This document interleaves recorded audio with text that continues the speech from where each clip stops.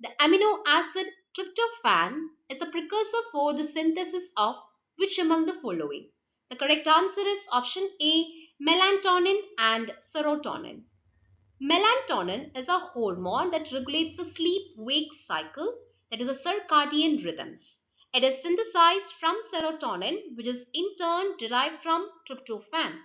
Serotonin is a neurotransmitter that plays a key role in mood regulation, sleep, and appetite.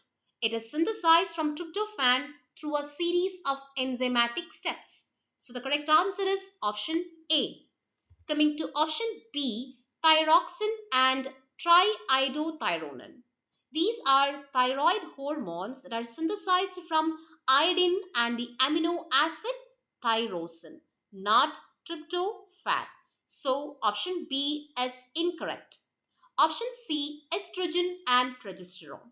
These are steroid hormones synthesized from cholesterol, not tryptophan. So option C is incorrect. Option D, cortisol and cortisone. These are corticosteroid hormones produced in the adrenal glands from cholesterol, not tryptophan. So option D is incorrect. The answer is option A.